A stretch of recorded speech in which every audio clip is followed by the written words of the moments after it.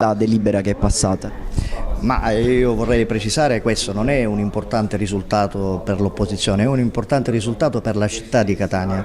L'opposizione è stata da pungolo e ha proposto delle idee che in parte sono state anche accettate da una parte della maggioranza.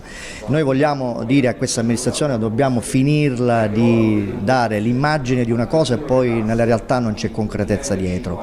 Ringrazio i colleghi che hanno sposato un'idea importante, cioè investire sulla raccolta differenziata, iniziare un percorso ecologico, perché l'investimento di 1.066.000 euro su un progetto che è articolato come dalla delibera appunto viene descritta è molto più importante rispetto al rimborso, per carità è importante ma misero, molto misero, 1,50 euro, mediamente 2 euro a famiglia sicuramente non servono a risolvere le sorti, mentre invece questo investimento potrebbe iniziare un percorso che potrebbe avvicinare Catania a quelle che sono le medie nazionali, le medie europee, e sicuramente questo piccolo sacrificio con una politica attenta, smaltimento, premialità, politiche ecologiche legate alla polizia appunto ecologica che controlla, potrebbe fare guadagnare in vantaggi. Significa fra un anno, 2 anni, 3 anni, dobbiamo essere bravi noi in questo, a risparmiare oltre il 30-40%.